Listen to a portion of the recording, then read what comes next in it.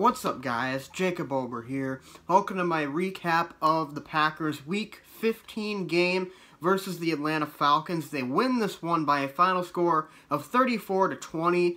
This was by far the most all-around victory the Packers have had in quite some time this year. They looked a lot better than they had in recent weeks, and what a coincidence that it comes just a week after firing Mike McCarthy. This team, it felt more focused. They felt more fluid. It felt like they knew what they were trying to do on offense, and they executed that very well. And for the most part, there were still some shaky parts of the offense. You know, I still saw Aaron Rodgers miss a couple throws, miss a few guys over the middle, and I also saw some kind of questionable play calling at times. But for the most part, I think Joe Philbin did a really nice job filling in at head coach today for Mike McCarthy. And overall, this is the best Packers victory all around of the season, I'd say. Maybe I'd put the Bears one ahead of it, but I mean, that was really a first half versus second half kind of thing for that one. But I mean, they played a really good game today, and they really deserved the win, and they kept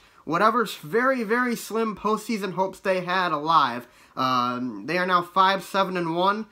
They'd have to win out, and they'd have to have a lot of things go their way. The good news for the Green Bay Packers right now is that a lot of things are going their way at the moment. Let's see. The Panthers lost to the Browns today. Let's see, who else needed to lose? The Redskins lost today. Philadelphia is playing the Cowboys right now. We need the Bears to lose. They're playing the Rams tonight. And Minnesota plays Seattle on Monday night. I'm trying to think of the other team that lost, but I can't remember what team that was. I'm not sure, but I mean, so far it's gone really well for the Green Bay Packers in terms of what they need to happen to get to the postseason. Now, obviously, I don't think they're going to really even come close, and a part of their victory today was the fact that the Falcons really aren't that good of a football team. I mean, they made countless mistakes, including that terrible throw by Matt Ryan, the pick six to Bashaud Breeland, who read the play nicely and ended up making a really nice play on the ball. But, I mean, the Falcons really did shoot themselves in the foot a lot today. Kind of a flip-flop from what we've usually seen. Usually we see the Packers shooting themselves in the foot. Today, they were turnover-free. They didn't really commit any stupid plays. They didn't have any really stupid penalties. The Falcons had a lot of stupid penalties that kept Green Bay drives alive.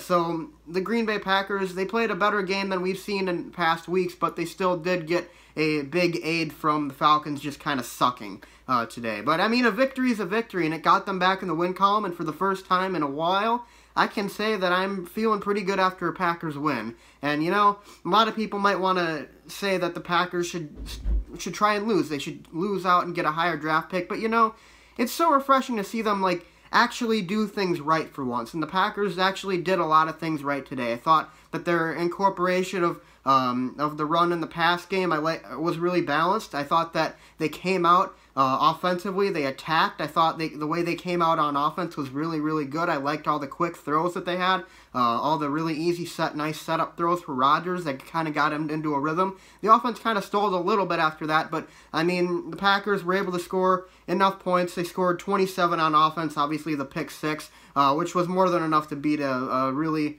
kind of confused and very poor Falcons team at home. And, I mean, looking at the Falcons, I mean, how does a team with this much talent play so badly? I mean, as Packer fans, we might think we have it bad, but the Falcons, like, ever since that Super Bowl loss they had, they really just haven't been the same team. And it's kind of the same thing kind of with the Packers. I mean, we saw the same thing with Green Bay after that NFC Championship loss a few years ago. The only difference is that the Packers actually have had success since then, getting to the NFC Championship game a couple years ago. But, I mean, the Falcons, they're just a mess right now, even more so than Green Bay. So that obviously did have a big part to play in the Packers' victory today, I should say. Overall, it was a really solid performance from Green Bay. They did what they needed to do to win this football game. They kind of let the Falcons kill themselves, which they did numerous times today. Other than that, it was kind of a boring game. I mean, at probably about midway third quarter, you knew that the game was over. You knew the Packers were probably going to win. And across the NFL, though, it was a really exciting day. I don't know if you guys saw some of the games, but I mean, in the AFC, there were some pretty exciting finishes. The AFC, I think, the Ravens, or the Chiefs won an overtime thriller over the Ravens. In New England, Miami was down 5. with only like 5 seconds to go at their own 30, and they executed the lateral play to perfection, and Kenyon Drake scored a game-winning touchdown with no time left. One of the more miracle endings I've seen in the NFL in a long time. And of course you have, what was the other game that was really exciting that came down to the wire? The Colts won over the Texans on the road. That was a really good game as well. I mean, there's a lot of really good games across the NFL today, and there's still a lot more left to be played. I mean, we have the Eagles and the Cowboys, and we have the Bears and Rams, and we have the Vikings in Seattle tomorrow night. So it's going to be a pretty exciting rest of the weekend for the NFL. I mean, you see, the Packers do need a little bit of help, and they could get some help today with the remaining games. Like, they need Philly to lose.